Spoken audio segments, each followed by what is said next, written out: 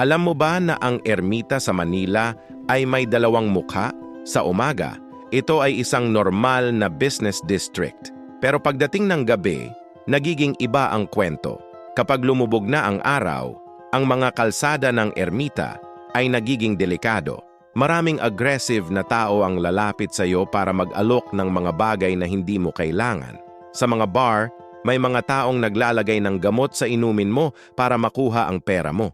Ang mga foreigner ay target nila para sa overcharging scams. Ang pinakadelikado ay pagkatapos ng 10 ng gabi. Dito tumaas ang mga krimen. May mga hotel at restaurant na totoong negosyo pero nakahalo sa mga questionable na lugar. Kaya nakakalito para sa mga bisita. Ang mga pulis ay nagpatrol pero hindi sapat. May mga bloke na dapat iwasan mo completely after 10 p.m. Kahit ang mga experienced travelers ay nagsasabing huwag pumunta doon. Kung pupunta ka sa Manila, mag-ingat sa ermita. Better safe than sorry.